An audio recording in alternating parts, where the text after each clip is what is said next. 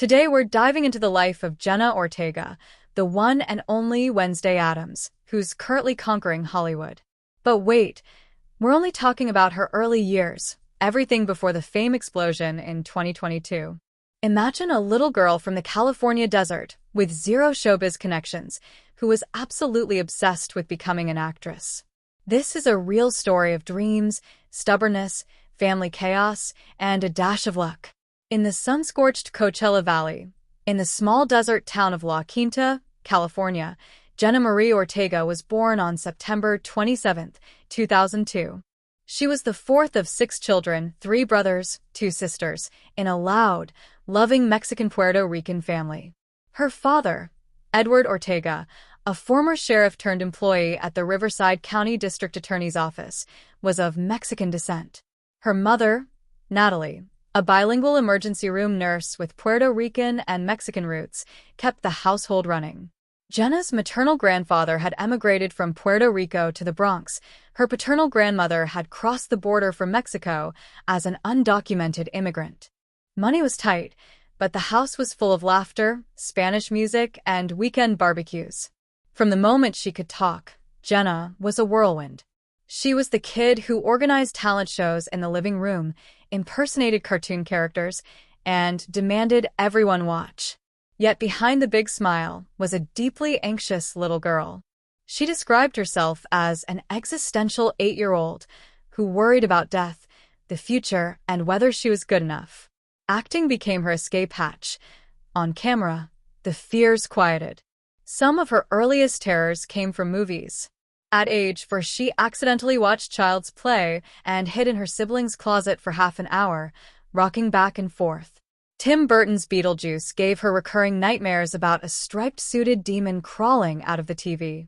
Even the cute but chaotic Gremlins scared her half to death. Darkness, monsters, losing her family, those were the big ones.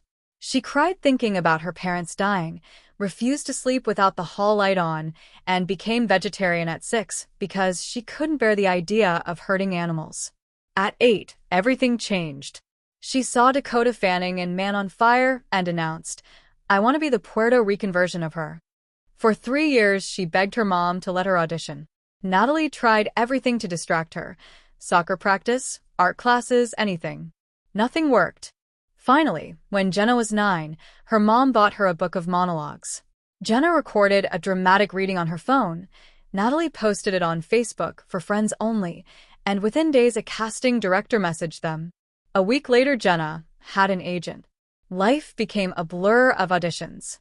5 days a week, 6 hours round trip from the desert to Los Angeles.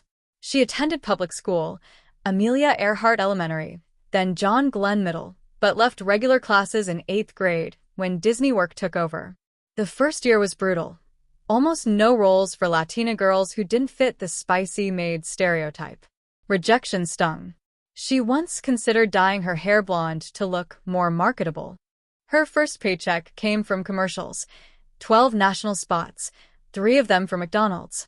Then came tiny TV parts, a one-line role on Rob, 2012, a victim on CSI, New York, an uncredited vice president's daughter in Iron Man 3, 2013, and a small horror turn in Insidious, Chapter 2, 2013. In 2014, she landed her first recurring roles: young Jane on Jane the Virgin and Zoe Leon on Rake. Disney finally noticed. At 13, she booked the lead in Stuck in the Middle, 2016 to 2018, as Harley Diaz, the middle child and resident inventor in a family of 7. For 3 seasons, she lived in an apartment in LA during the week and flew home to the desert on weekends. The schedule was grueling, the pressure immense, but she loved every minute. She voiced Princess Isabel in Disney's Elena of Avalor, 2016 to 2020, appeared in the Netflix comedy Richie Rich, 2015, and slowly built a resume that proved she could do comedy, drama, and horror. By 2021, at 18, she was transitioning out of Disney. She just played the lead in the slasher reboot Scream, 2022, and the Netflix horror comedy The Babysitter, Killer Queen, 2020. She was proud, exhausted, and determined never to be typecast again. Then came the self-tape that changed everything. Tim Burton was casting Wednesday Addams for a new Netflix series. Jenna almost passed. She was tired of television, afraid of being locked into one character for years. But something about the script spoke to the weird little girl who used to hide from Beetlejuice under the covers. She put herself on tape reading a 4-page monologue in a dimly lit room, deadpan stare, barely moving a muscle. A few weeks later, she got the Zoom with Burton himself. She read again. He smiled the smile of someone who'd found exactly what he was looking for. In early 2021, Jenna Ortega was officially cast as Wednesday Addams, the role that would make her a global phenomenon before she even turned 20. The moment the casting news broke, her phone exploded. Friends she hadn't spoken to since middle school slid into her DMs. Her mom cried in the kitchen while making cafecito.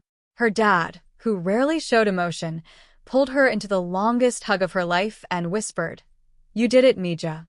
You really did it." That night, Jenna drove herself out to the same stretch of desert highway where she used to memorize lines in the passenger seat. She rolled the windows down, let the hot wind whip her hair, and screamed into the empty dark, half laughing, half sobbing. 18 years old, still living part-time in her childhood bedroom surrounded by faded Elena of Avalor posters and the same glow-in-the-dark stars on the ceiling that once protected her from monsters. The little girl who was terrified of Beetlejuice was about to become Tim Burton's leading lady. She cut her own bangs the next morning with kitchen scissors, dyed the rest midnight black in her bathroom sink, and stared at the stranger in the mirror. The reflection didn't flinch. For the first time in her life, the anxiety quieted on its own. Wednesday wasn't an escape anymore. She was a mirror.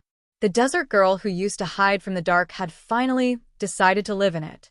And the world was about to watch.